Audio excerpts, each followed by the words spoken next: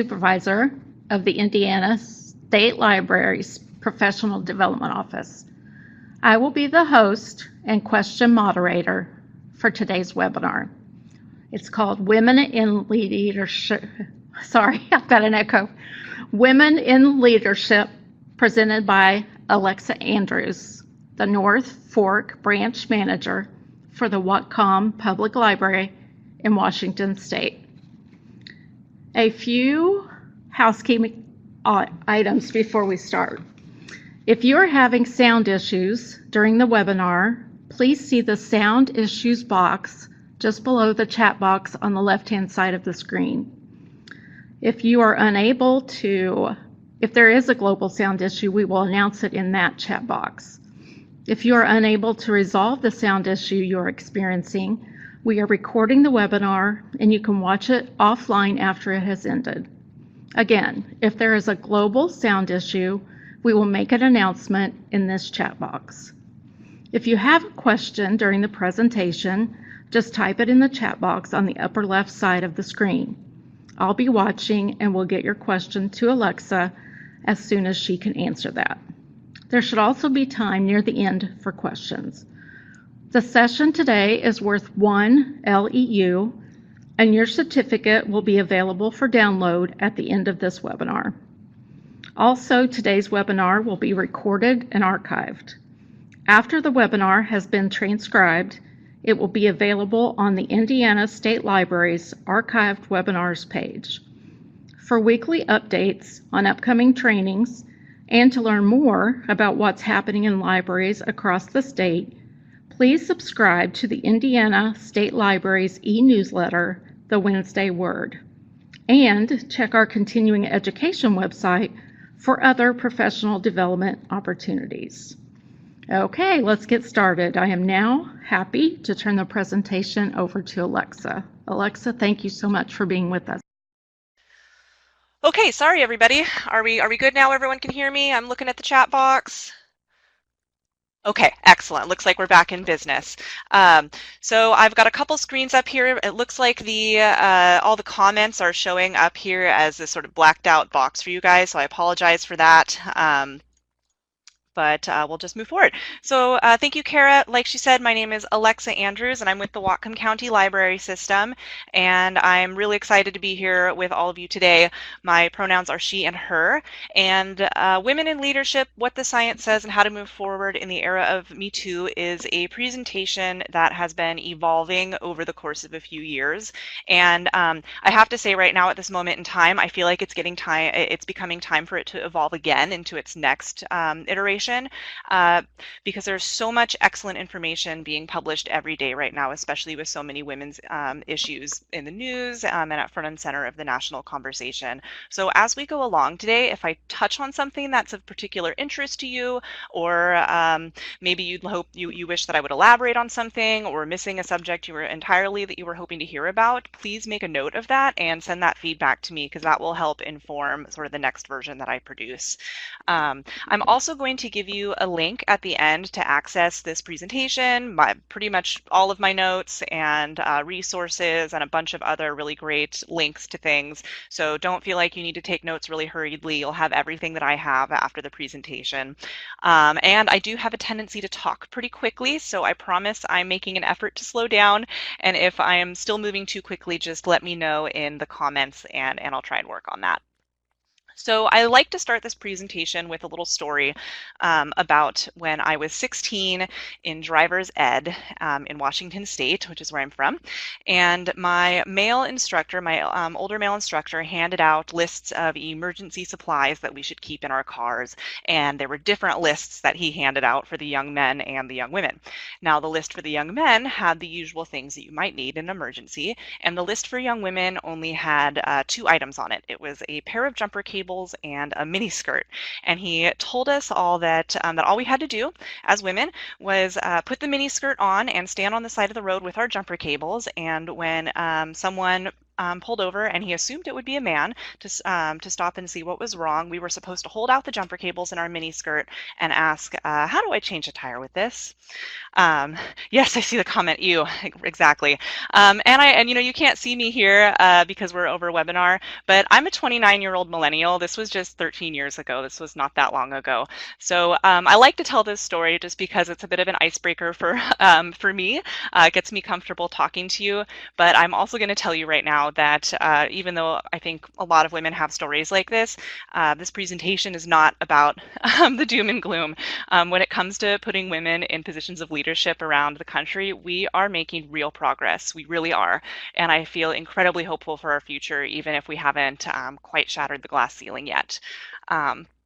So there are a few outcomes that I hope to achieve today with all of you.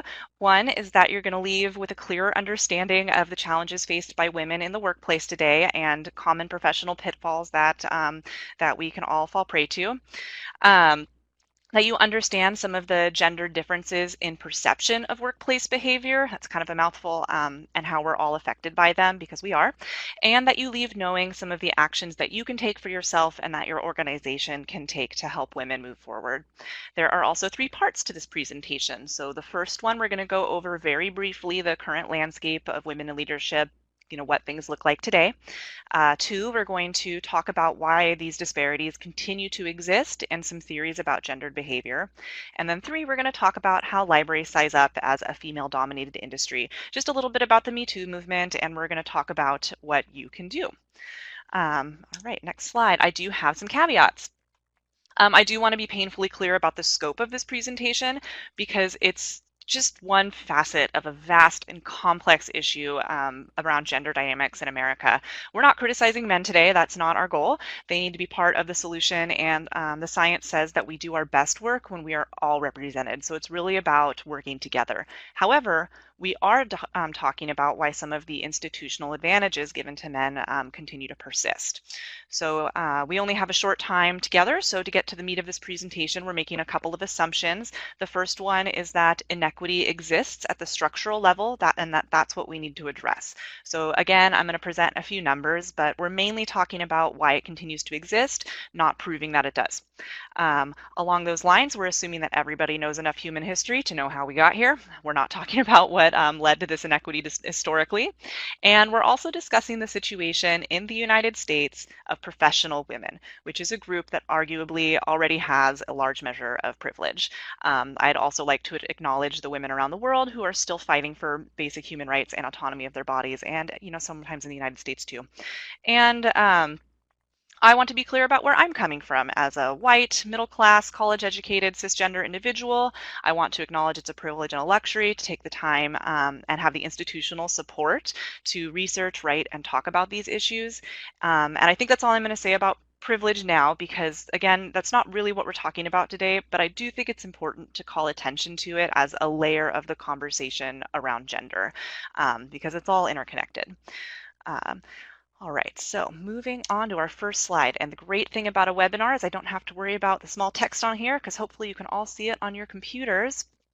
So this is a great infographic. It's a little bit outdated, so some of these numbers have been updated since then. But the first thing I want you all to look at is at the very top, the women in college category.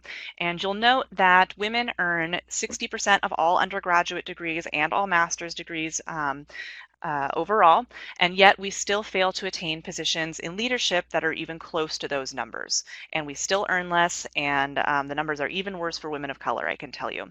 So if we go up to, let's see, you can see my mouse here, this top corner here, of Fortune 500 companies, as of 2014, only 14.6 executive officers are women, 4.6 Fortune 500 CEOs are women, and 6.9% women have the board seats, and we're only 8.1% of top earners.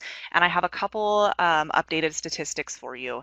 So from 2018, just last year, the Fortune 500 CEOs, which used to be 4.6, is now only 4.8. So in 4 years, we gained 0.2% of CEO positions in Fortune 500 companies.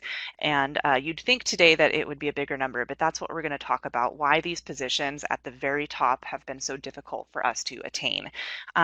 Fortune 500 board seats, that one we've gone up from 6.9 to 22.2%. So that is some real progress. But again, we're going to talk about today how that also reflects our comfort with women as middle managers. So we're going to elaborate on that. So there's a really great book that was written by Therese Huston, and it's called How Women Decide. And I've read a number of books on this topic, but that was the one several years ago that really inspired the creation of this presentation, because there's just so much great information, and I really recommend you read it. And Therese Huston cites something she likes to call the John statistic. And that's when you look at the Standard & Poor's 1500, which is a stock market of U.S. Or a stock market index of U.S. stocks made by Standard & Poor's. Jamie, you'll have all of that stuff after the presentation. I'll send it all to you, so don't feel like you need to take a note on it. You'll have the title of that and everything. But the John statistic, when you look at the Standard & Poor's 1500, there are more male CEOs named John than there are female CEOs of any name, which take a second to let that sink in. That's pretty incredible. So again, we're going to spend most of our time today on why researchers think some of these disparities persist. I'm going to give you the good news right away. Like I said, things are moving up for us. In half a dozen global studies conducted by the likes of Goldman Sachs and Columbia University, they've found that companies that employ women in large numbers outperform their competitors on every measure of profitability. So it is good business sense to include women in your organization. All right, our next slide here. So these numbers are a little bit out of date as well. These are from 2014, but I do have some up-to-date numbers from the 2017 census that was aggregated last year. So all women workers overall, since 2014, we've gained a penny. We're at 80 cents to the dollar overall. Non-Hispanic Black women are at 61 cents. They've also gained a penny. Let's see, Hispanic women, I have 53 cents. They actually are back down in a little bit of a dip after a couple of years. And then a couple other numbers I have on the dollar are Native American women are at 58 cents on the dollar. And then the wage gap for mothers with full-time year-round jobs is 71 cents on the dollar. Now, I can tell you that the numbers in leadership correlate just as dismally, like I mentioned. So you can pretty much assume that, if Black women are making 10 cents, is that 10, 20 cents less than white women, they're also just as dismally represented in these leadership positions. And I'll tell you also, it is really challenging for research to break apart all these individual groups, since individuals might belong to more than one. There's that, you may have heard that concept of intersectionality. So, you might be a Black woman who is also has a physical disability or something like that. So there's all these different groups that you can belong to, and it's really hard to break them apart in the research. However, people are trying, and like I said, there is more and more coming out every day right now, so it's a really exciting time to be studying this. Okay, so that's sort of what we look like. We're moving on to the second part. So the American dream. I have a question for all of you. You can respond in the comments. So what is some typical American advice for how you can get ahead in the workplace?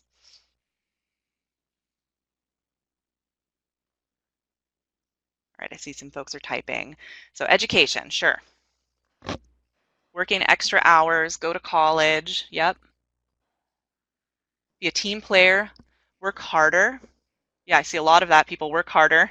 Being available, it's who you know, network. Taking initiative. Staying focused on your tasks and not being political. Some luck, being in the right place at the right time, sure. I think that will probably always apply. Okay, volunteering for projects, networking, knowing the right people. Yeah, those are all great suggestions. Especially like seeing the ones about sacrificing your time, just being available whenever. And so all of these things are the typical advice that you hear. And unfortunately, what the research is showing is that those strategies don't always work for women. So we're going to elaborate on that. My next question for you is, what makes a good leader? So you can go ahead and start typing that in the comments. And in 2015, the Pew Foundation completed a study where they asked 2,800 different Americans in assorted roles and occupations, what makes a good leader? So before I tell you what everyone else said, I want to know what you said. So set a good example, fairness, support, building moral builder, leading by example, engagement, listens, respects coworkers, integrity, just reading these comments, honesty, conflict resolution, admitting mistakes, thinking outside the box, treats employees with respect, an open mind. Yeah, I think those are all good things. Growth mindset, ooh, I love that one. Leading by example, values integrity, creative, gives recognition, ability to compromise. Okay, well, the Pew Foundation study found that the top three, and I think a lot of those things were named in the study, but the top three were honesty, intelligence, and decisiveness. So 8 out of 10 people agree that a good leader needs these qualities: honesty, intelligence, and decisiveness, which means that if your boss, your coworkers, your hiring team don't perceive you as having those qualities, it's going to be a lot harder to get that promotion. And so here we're going to talk about how important other people's perceptions become. So this is also this is an infographic from the Pew Study, and I have a link to that so you can read the whole thing after the presentation if you like.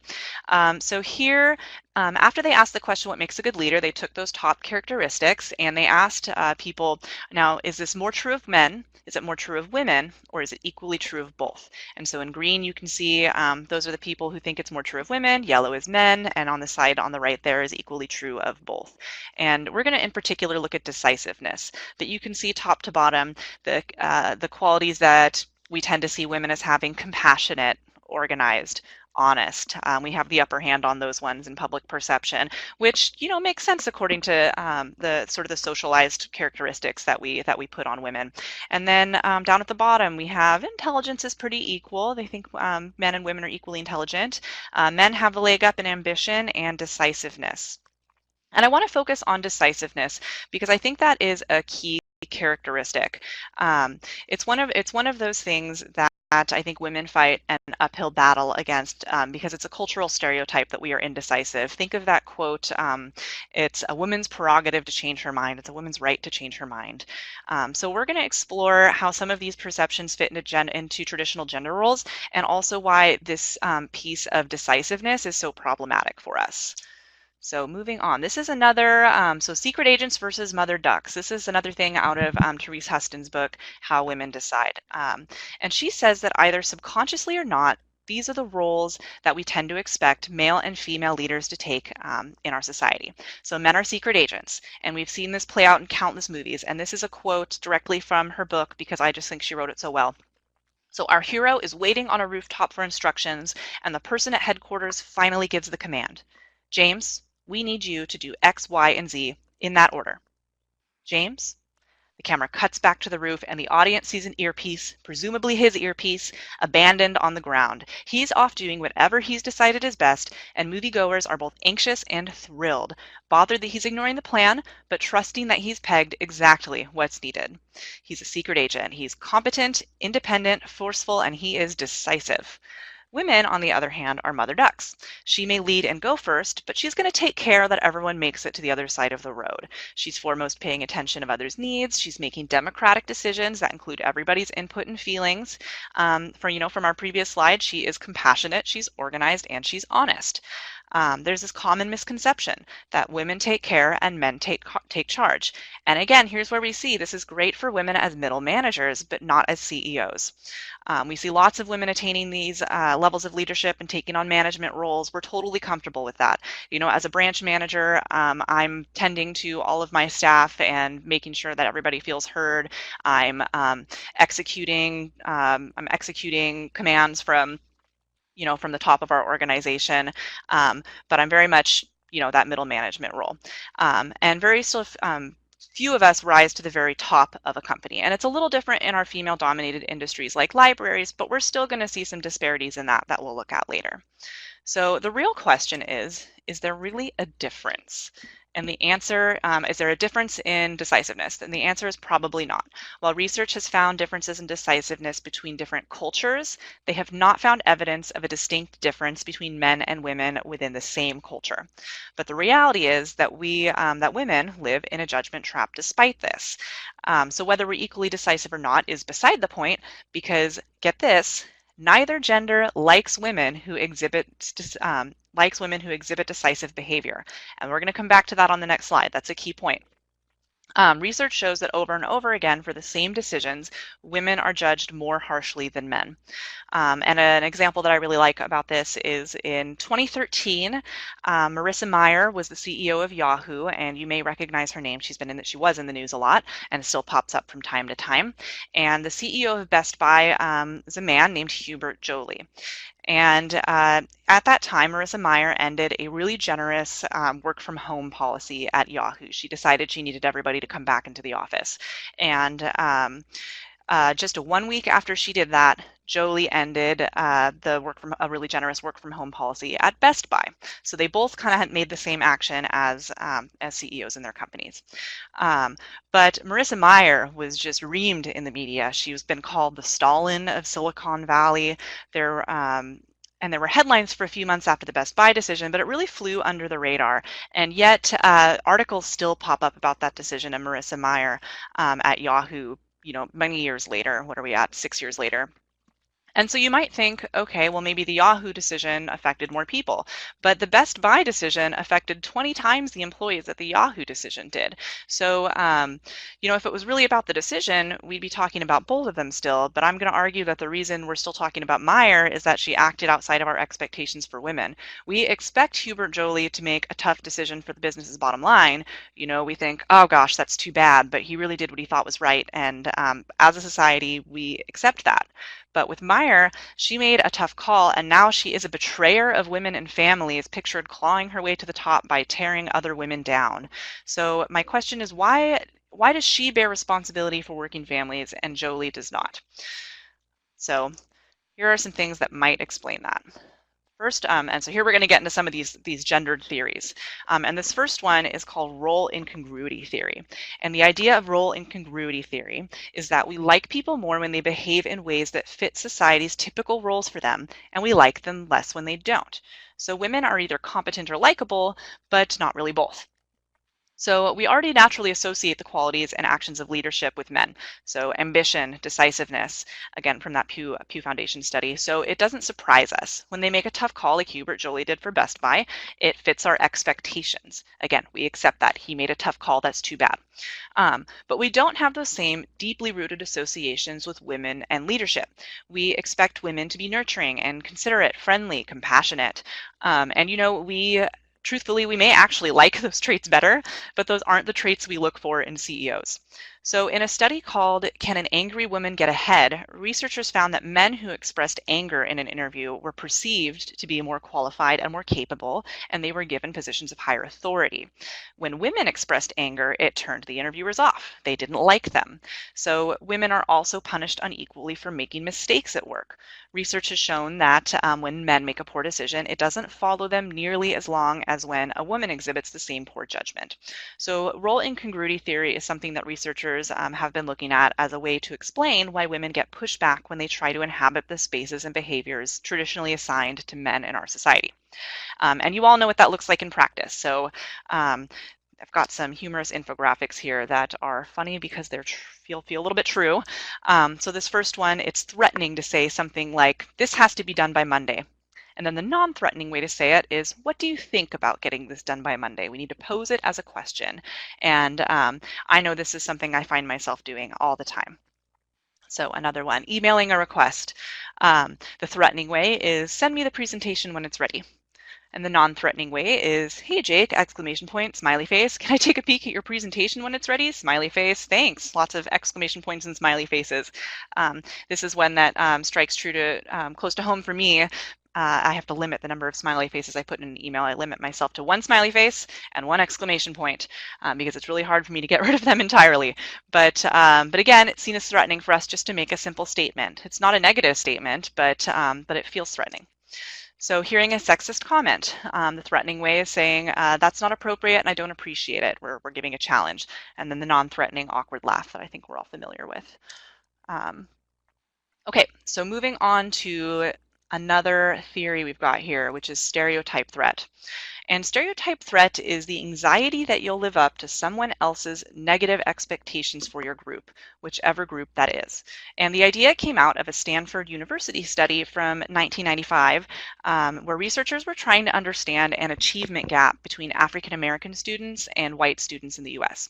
So unfortunately, what they were seeing is that African American students don't do as well as white students on standardized tests at the time. So they took sophomores from the school and they gave them a section of 30 questions from the GRE, the test you take to get into graduate school. And they selected the questions to be very, very difficult because they wanted to be sure that any sophomore student would really struggle with them. They didn't want them to be easy. So they split the group in half and they told half the students that the test was going to measure their intelligence and potential. They told group number two that the study they were doing, or that they were just studying how people solve problems and they weren't measuring their aptitude. African American students in the first group, the group that was told their potential was being evaluated, scored 25% lower than white students. In group number two, where they were told they were just measuring problem solving, they did just as well as white students. So what studies like this are finding is that the threat of living up to a negative stereotype causes anxiety that leaves less room to focus on the task at hand. So because not only are you afraid of poorly representing yourself as an individual, you're also worried about negatively representing the group you belong to. Another study found that by asking women about how others might perceive their score right before they took a math test could drop their score by as much as 59%. That is significant.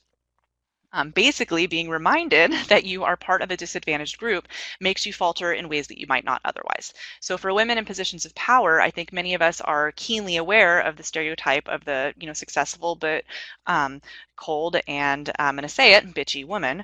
And being afraid of being seen that way is what causes us to soften our actions like we saw in those cartoons. So this is one of those places where intersectionality can become really important. So a woman might already be struggling with her femaleness in the workforce, but then she also has to contend with the stereotypes of being a woman of color, a queer or trans woman, whichever group she might belong. And I've got an example, for example, I've got a picture of Serena Williams up here because a New York Times article, probably I think about a year and a half ago, caught my eye about her at the US Open. So she was penalized by the umpire, unfairly, she thought, and she got angry and she called him a liar and a thief, and then was penalized again for getting angry and name calling, basically. And that second penalty cost her the game at the US Open. So the big question is, if she were a man, or even if she were white, would she have gotten that second penalty? So folks have been citing similar circumstances in men's games where they did not. They were calling the umpire names and were not awarded another penalty. So this, again, had a really big impact on the outcome of that game. And this is a great illustration because Williams, she runs into role incongruity territory by acting aggressively. Women should not be aggressive. She was also running into the stereotype of an out-of-control, emotional woman. And then there's also, that pervasive negative stereotype of the angry Black woman. So if you're suffering from stereotype threat or role incongruity theory or whatever, all this stuff is background noise in your head while you try to make a decision or take a test or give a presentation, process an event. And that is taking away from the brain power that you're using to do what you're supposed to be doing. But okay, so this example is in sports, not the office or the library.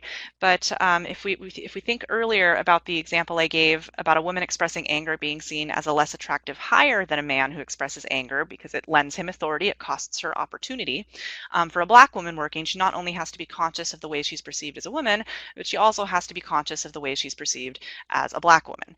And I think it's safe to say that these pressures are manifold in an industry such as ours that is predominantly white. So I'm just trying to make the point here that there are added layers here. So, being a woman is one thing, and then you might have added identities on top of that.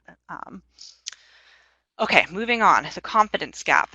This is one that I'm particularly passionate about. I love that Girl Scouts does this Ban Bossy campaign. So when you call a girl bossy, and it tends to be young girls that we prescribe that term to, you're basically telling her to stay in her lane and act like her gender. This is damaging, and it represents the early roots of the confidence gap, where between elementary and high school, girls' self-esteem drops 3.5 times more than boys. And compared with women, or compared with men, research shows that over and over that women don't consider themselves as ready for promotions.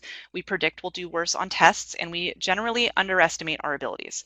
So some examples of what this looks like, what the confidence gap looks like in practice, is that men will initiate salary negotiations 4 times as often as women, and when women do initiate a salary negotiation, they ask for 30% less. When Hewlett and Packard tech company reviewed their personnel files, it was trying to figure out how to get more women into top management. What they found was that women only applied for promotions when they met 100% of the qualifications for that job listing. Men were happy to apply when they met 60% of the qualifications.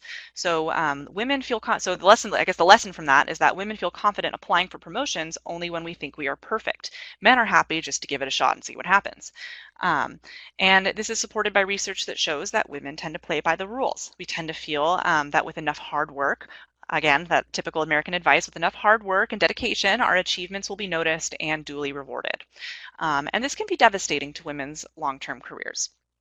If you think about, think about that 60% number, and think about 2 people, they exit college, they go straight into very similar careers, and the man decides he's going to, a man and a woman, and the man decides he's going to go ahead and apply for that promotion when he meets 60% of the qualifications. The woman waits 2 years until she reaches 100%. You never know what's going to happen when you apply for a job like that. Sometimes you get it. So say he gets that promotion, he starts making more money, he's operating at a higher level in the organization 2 years before she does, and that just compounds over the time over the length of someone's career. So again, studies show no difference in performance of men and women on tests in the workplace, and yet over and over again, we show that women report lower expectations of themselves. So the confidence gap looks like hesitancy to step into roles, hesitancy to ask for opportunities, to celebrate your own successes, feeling a lack of authenticity, like you're playing a role. And that brings us to our next slide here, which is talking about imposter syndrome. So imposter syndrome, again, it's like feeling like you're playing a role, like you lack authenticity. People are going to find out that you're not who you say you are. And a personal example of this is at my first professional job right out of college. I was working at a hunger relief nonprofit, and I'd never worked in an office before. And I was terrified to volunteer to take notes at meetings because I'd never done it before, and I felt like I wasn't going to do it right. And I felt like if I volunteered, they'd see that my work didn't measure up, and they'd know they hired a fraud, and that I didn't know as much as they thought I knew. And thinking back, it feels really silly now. I had a college degree, I took notes in classes. Certainly I could have taken notes in meetings and it would have been fine. And if anything, it probably made me look like I wasn't contributing or doing my fair share by staying so quiet and not volunteering to take notes, because that was kind of the culture there. Everyone would take their turn to volunteer. And so that's those are the kind of outcomes that can happen when you're suffering from something like imposter syndrome. And all of these theories that we're talking about, they don't just affect women, they affect men too. So men can certainly suffer from imposter syndrome or stereotype threat.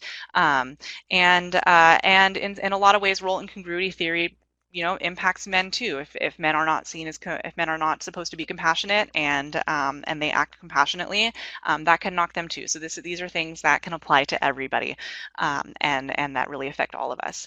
But like I said, there is sort of this institutional setup that prevents women from attaining these positions, and so it kind of impacts women in a greater degree in the workplace when you're talking about the whole group and not necessarily the individual. Okay. So next slide. So that was a little bit about gendered theories, and there are more of them. That's just a sampling. We're going to talk a little bit about how libraries stack up.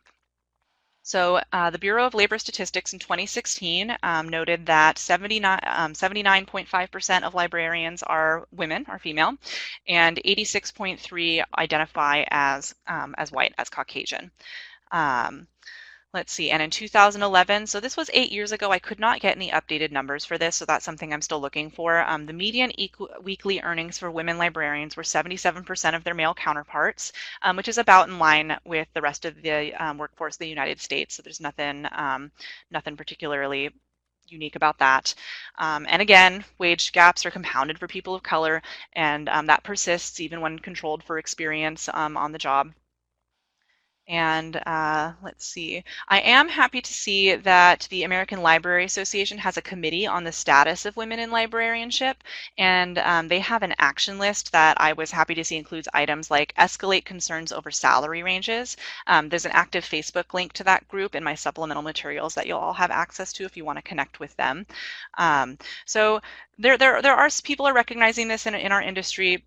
People are noticing it and moving it forward. But what I think really needs to happen is more information. There's just not much information available on this issue in our industry. So I think that's a real gap that we're seeing, and that needs to be addressed.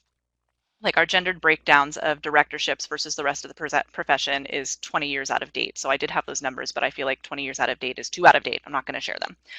And I will say our representation, even 20 years ago, is better than in the private sector as far as women in the highest levels of leadership, but we do still have a disproportionate number of men in the very top positions. And this is really something that we share with other female-dominated industries like nursing. It's not necessarily positive or negative, but these are some things to consider in my research. These are some possible explanations for this that I have encountered in other people's work. And again, not necessarily positive or negative. I'm not really sure where I fall in thinking about these things, but I wanted to present them since they're out there. So it's possible that contemporary leadership practices value experience outside of the field, which may fast track men to top positions.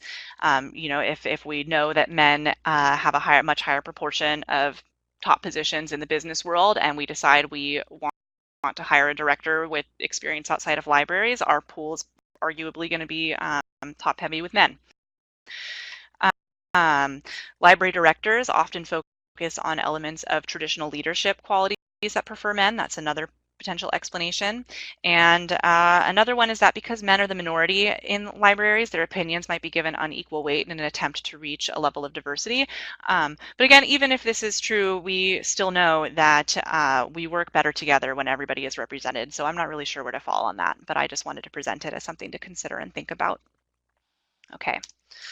I also want to touch a little bit on harmful stereotypes in libraries because I think it sort of feeds into the larger conversation about women in the workplace.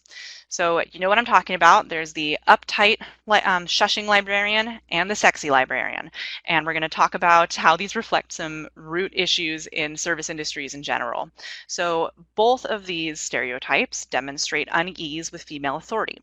So instead of being portrayed as the community mobilizers, stewards of complex cultural narratives, an essential link to organized knowledge, librarians are presented as either uptight, unattractive, shushing gatekeepers, or the objects of sexual fantasy. And these stereotypes pave the way for bad behavior in libraries because it's really challenging to object to inappropriate and unwanted attention when to do so only reinforces a stereotype. Again, that's feeding a little bit into stereotype threat. You don't want to be seen that way. So we live in a society that often equates service with submissiveness, and this is reinforced by the way women are socialized. And this puts us in a position where it's easy for patrons to abuse their power over us under the guise of friendliness. We want to be friendly, we want to be engaged, we don't want to offend, so we laugh off the slightly inappropriate comments. And I'm going to propose that we need to reframe the way that we think about public service to require mutual respect, and that this is going to help women move beyond the institutionalized social conventions that ensure our submission to inappropriate behavior. That's a quote. And we can do this by encoding it in policy, and doing this at that level will help us as a society move beyond some of these interpretations of behavior. So if staff can view their response to low-level inappropriate conduct as an enforcement of policy, again encoding it in policy, and not just a personal reaction, they may be more likely to interrupt the individual who tells them they have a sexy voice on the phone and assert that that conduct is unacceptable. And this shows up in other female-dominated professions like nurses, secretaries, teachers, and this reinforces powerful narratives of gender identity. And another thing I'll throw in there is that because women choose these careers ostensibly because we love them or are bound to be good at them because of our feminine traits, it is okay to pay them less. So that's one of the theories about sort of how we've ended up here too. All Right, a little bit about Me Too. So the Me Too movement exploded, it's been about 2 years now, but I do want to clarify something for everyone. Me Too has actually been around a lot longer than that. The hashtag didn't go viral and turn into a nationwide movement until a year and a half, 2 years ago, but the original creator of Me Too started it back in 2007, and she's pictured here. Her name is Tarana Burke. Alyssa Milano, who popularized it just a couple years ago, was apparently unaware of this when she tweeted it in her accusations against Harvey Weinstein, but she did credit Burke when she realized, and I tell you this just to honor Tarana and her work for girls and women, because she really was the creator of this movement. So 10 years with hashtag Me Too and 1 or 2 years with it as a movement. There's been lots of outrage, lots of discussion of women's issues in the news, but this hasn't necessarily coalesced into defined action. For pay equity, improved working conditions, increased access to childcare, reproductive freedom, an end to violence and exploitation of women, what we do have is this increased opportunity of awareness. So I think it's time, with this national conversation going on right now, I think it is a great time to ask ourselves how some of our expectations of professionalism are rooted in patriarchal values, kind of like we talked in the last slide. And when we don't expect men or women to sacrifice their home lives for their work lives, to put up with bad behavior from our patrons, things are going to get better for everyone. And my hope is that the Me Too movement is drawing attention to some of these systemic issues we have as a society in a tangible way.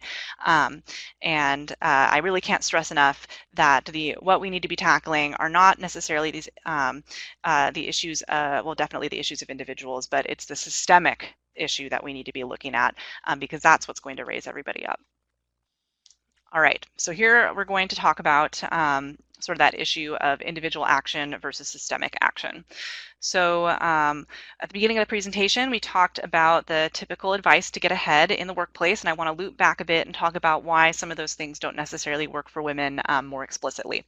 So these are some examples that I took straight from What Works for Women at Work by Joan Williams and Rachel Dempsey, another great read. And again, you're going to have access to all of my reading lists and everything after the presentation. So what we know is that women are paid less than men for comparable work. We also know that women don't ask for raises as often as men or for as much as men when they do. So to an individual, we might say, okay, go ask for a raise, shoot higher than you were planning to. But systemically, we know our society doesn't like women who are too assertive or who self-promote, so they can face backlash for that. So before this will work for the individual, we need to address that bias. And I say this with a caveat because that's not that we shouldn't be doing those things. We definitely should be doing those things, but we also have to acknowledge that they can backfire for us. What we know, there are fewer women at the top of the corporate ladder. So we might say to an individual that she isn't willing to make the same sacrifices as her male counterpart. She chose to stay at home with the kids, whatever that might be. But systemically, we also know that women are still disproportionately burdened with the tasks of life at home and raising children, and that they have to work harder than their male counterparts to be recognized. We need to address these imbalances as well, or women are going to burn out before they make it to the top, because trying to be everything is exhausting, as many of us know. What we know are that we still don't associate women with jobs that require power or authority. So we might tell an individual, act like a man, be more assertive. But systemically, again, we know that can backfire. So to help change the story, we need to change our perceptions of leadership to include the skills that are also important but associated more with women, like emotional intelligence. And we can do this by putting them in our job descriptions and discussing them at the point of interviews, and really making those explicit in our hiring process. So these are just a couple of examples of that individual action, how it relates to the systemic issues that we're having. And now we're going to move on to what are some specific actions you can take. So first, we're going to talk about individuals. Focus on yourself.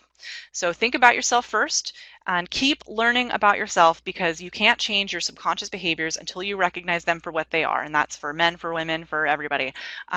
So read a book, attend webinars and trainings, seek out activities that challenge your assumptions, like the Harvard Implicit Association testing. This is a great place to start. Has anybody ever taken one of these implicit association tests before? They do them for a whole bunch of different categories. They're really great. So I'm going to share the link with you guys again in all of my materials. But they're basically online tests that prompt you to make a knee-jerk association between concepts and evaluations or stereotypes. So an example would be measuring your association with fat or thin people as good or bad. And there's also a test that measures implicit association between male and female and the concepts of family and career.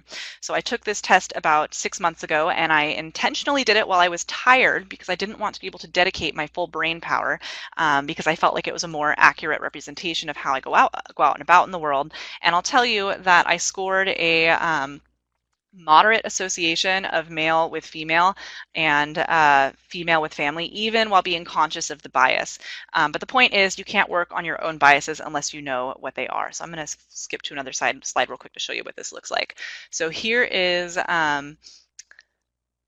Irvin asked if I'm going to give you guys the link to find the test, and that is in all my supplemental materials that I'll give you access to, so you sure will. So this is the spread of in the 10 years between 2005 and 2015, the test respondents for that male, female, family, career. This is the spread of how respondents scored. So I scored, what did I say? I think I scored a slight association. So I was right in this 19% category, but you can see it's very heavily biased towards male with career, female with family. And that's why it's so interesting to take this test, because it's really hard to, even when you're aware of the biases, it's really hard to hide that from the test. So I encourage you all to take it. I spent a lot of time thinking about it, and I still got a slight association. All right. So another thing you can do is, of all the statistics I told you today, I think one of the most important ones has to do with the confidence gap, and it's that 60% statistic. So research shows that men tend to overestimate their abilities while women underestimate theirs. So men are comfortable applying for jobs at 60%. When they reach 60% of the qualifications, women feel like they need 100% of the qualifications to apply. And I'm going to say, be confident. Go for those opportunities that you think are a stretch. And I will also share a personal example of that. So the branch manager position that I have now, I've been in it for about 4 years, and I had only been working for libraries, I think, 1.5 years before I applied for it. And when the position came up, I actually wasn't going to. I had no intention of applying for it because even though I was really confident I could do the job and I wanted the job, I did not feel like I had the experience. I did not think I met the qualifications. And then just I think half a week before the job closed, I remembered reading about that statistic, and knowing that helped me make a different decision. And so instead, I decided, you know what, I'm just going to go for it, and I did, and I got the job. So you really never know what's going to happen. I encourage you to apply for those jobs that you think are a stretch because other people are, and you may as well put yourself in that pool. Get comfortable talking about yourself and your success at work. This is another thing you can do. Even though it's scary because we know it can backfire on us, it's still the best way to communicate your worth. So if you aren't doing this already, I'm going to recommend you start tracking your own accomplishments. So I keep an Excel spreadsheet and I have a calendar appointment each month that reminds me to reflect on my work for the previous month and add anything to my Excel spreadsheet that I feel is appropriate.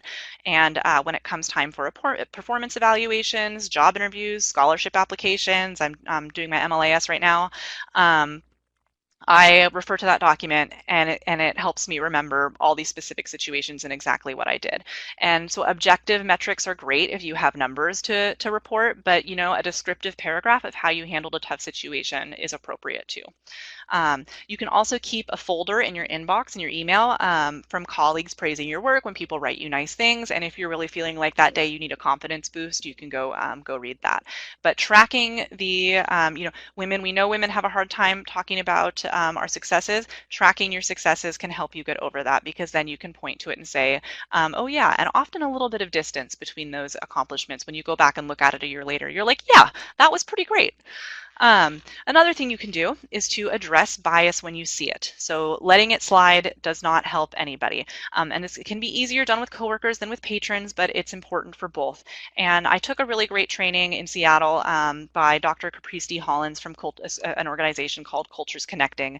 And she has this great story that I'll share because I think it's really appropriate.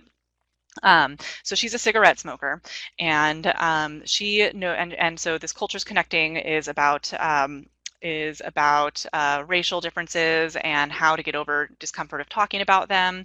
And her example is that when she's smoking cigarettes, people have absolutely no problem going up to her, absolute strangers, and telling her, you know, that's going to kill you, or you're not 20 feet from this building, or whatever, whatever the situation might be.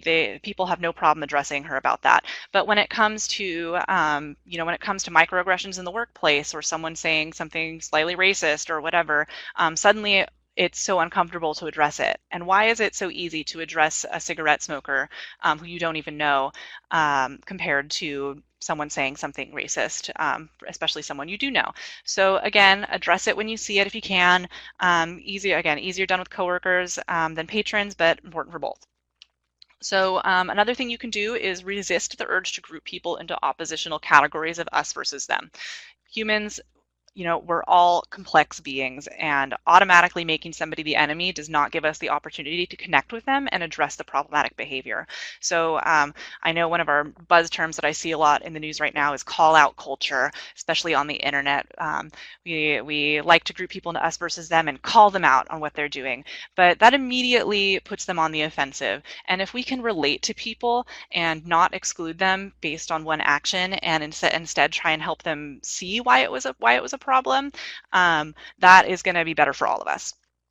And then the last thing that as an individual you can do is to organize to advance racial equality and social justice, because impacts for one group are felt among the many. As we all are raised up and we are all participating at top levels of organizations and at every level of organization, not only are organizations going to have better outcomes, but the level of equality in pay and in opportunity are going to be better for all of us.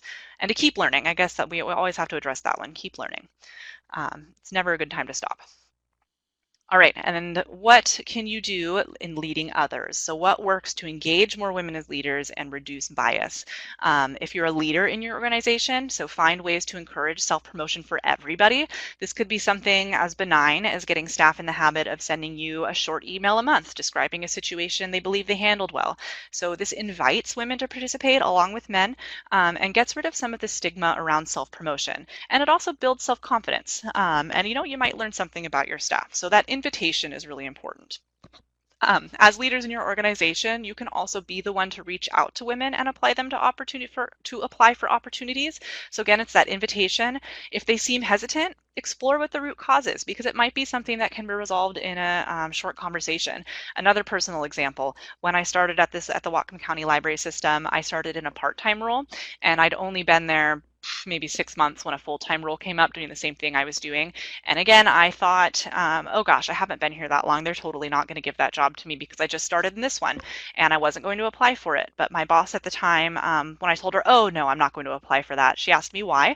And I said that, and she was like, oh, well, no, go ahead. They won't mind that at all. The people hiring won't mind that at all. And that dispelled that. And then I moved on into a full-time job because I went ahead and applied for it. So again, some of those things, if you just dig a little about what the hesitation is, it might end up being something that you can easily rebuff. Another thing you can do is use inclusive language in job descriptions. So stop asking for previous salary on job applications if you still do that. So asking for previous salary perpetuates the wage gap. Because if somebody has already being paid less than their counterparts, and you base your offer based on what they have previously been paid, you're perpetuating that issue. So putting things, you can put things like emotional intelligence, like we talk about in the job description, and definitely this is part of any management job, absolutely. So if you include it, that can help women see themselves in those job descriptions and maybe feel more confident to apply. So offer training is another thing you can do, but know that not all training is equal. So studies show that training on bias awareness specifically is the most effective kind of diversity training. So think about the end result you want and design your program with that desired outcome in mind. What do you want participants to say that they got out of the training? So teaching them about diversity is great. Teaching them how to identify implicit and their own personal biases is far more effective. So number 5, put in place clear policies against sexual misconduct and discrimination, as well as strong whistleblower policies, and reinforce protections for library workers with clear, explicit, highly visible library behavior policy. Support staff who enforce it. As a manager, if a patron is acting inappropriately, trust your staff members' feelings and judgment and give them the tools to respond. Some things that can help with that is if you give them canned phrases that can be used when a patron says something inappropriate. There are lots of examples on the internet. So having a list of responses provided ahead of time can help them feel empowered to use them, and they feel like they won't get in trouble for standing up for themselves. It also reduces that deer in the headlights feeling because you've already got a practiced response. So, you know, having the explicit permission from your manager to say something like, you know, that's inappropriate and I don't appreciate it, really goes a long way towards somebody actually using a phrase like that. And again, this contributes to creating a service culture based on mutual respect, which is just going to be good for all of our industries. And the last one is, again, as an industry, to work to address racial bias in all of these areas as well, because life is not a zero-sum game, and when we support each other, we all do better. Okay, finally, my reasons for hope here. Again, it's not about replacing men, it's about working together in balance. Companies with at least one woman on their board had a higher return on investment than companies with no women on their board. Board gender diversity significantly correlates with improved corporate social responsibility. And gender balanced leadership teams are less susceptible to groupthink, which is the tendency of groups to conform to one opinion. So we also know that studies have shown that exposure to counter stereotypical role models, for example, a female plumber in a kid's book, can reduce stereotyping in a completely different setting. So frequent high quality interactions with successful leaders of all types from a young age is one of the best ways to raise our kids to not have the same hang-ups that we do in our generations. And I'll say that my biggest reason for hope is that knowing that piece of information and knowing how many strong women we have leading the way and doing incredible things right now, our kids are watching and they're taking note of that, and you know, they're going to break barriers that we weren't able to. So there's lots of hope that I see. All right, so I'm going to stick around for questions. I also have on this slide, here's a bit.ly link to pretty much everything I said in this presentation, all my slides, all of my resources, links to the books I talked about. It says WLA 2018 because that's where I first created the bit.ly, and then I have been afraid to remove access to it since. So you can email me at my email address down there, and I welcome you to connect with me on LinkedIn. There's a bit.ly address for that too. And again, I would love to hear your feedback as I move this presentation into its next version. So let me get into the chat here. If anybody has any questions or wants to talk about anything. What was the alternative? Melissa asks, what was the alternative to calling out people? Good question. So the alternative is not to frame it that way, not to get them in a gotcha moment, but to try and relate to them and ask for more information and see, well, what makes you say that? What makes you think that way? And by not attacking them and hopefully relating to them in some way, they might be more able to change their mind. When we attack people, research has shown that it just makes people hunker down in their own camps even more. So we know that's not an effective way. It feels really good to do it. I can't lie, but it's not a very effective way to change minds. I'm going to go ahead and, oh, hang on. Never mind. Lisa did it for me. Don't forget to download your certificate, and there's some more information there. It's got her Alexa's email address. And the information that she had at the end of the presentation, I will send that information out with the recording, so you'll have it. Alexa, thank you so much for doing this for us. This was fantastic. I think everybody really enjoyed it based on the comments. So awesome. Thank you all for having me. So happy to be here. And again, if anybody wants to connect with me on LinkedIn or keep talking about it, send me feedback. I am absolutely open to that. Well, this is the second time I've heard it, and I enjoyed it just as much as I did the first time.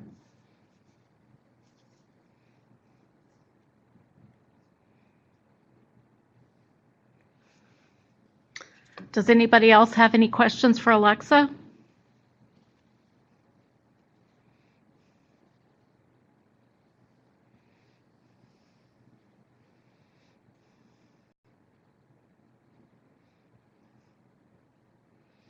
Looks like several people are typing, so we'll wait a second. Okay, sounds good. There was an error with the PowerPoint. The PowerPoint that she had on the. Um, Christina, if you, she's probably on my Gmail. Maybe, so you should be able to open it. Try it again in a little bit and email me if you have a problem, and I will email you a copy of it. And I'll take a look at it later. I know it was working this morning because I downloaded it straight from that link.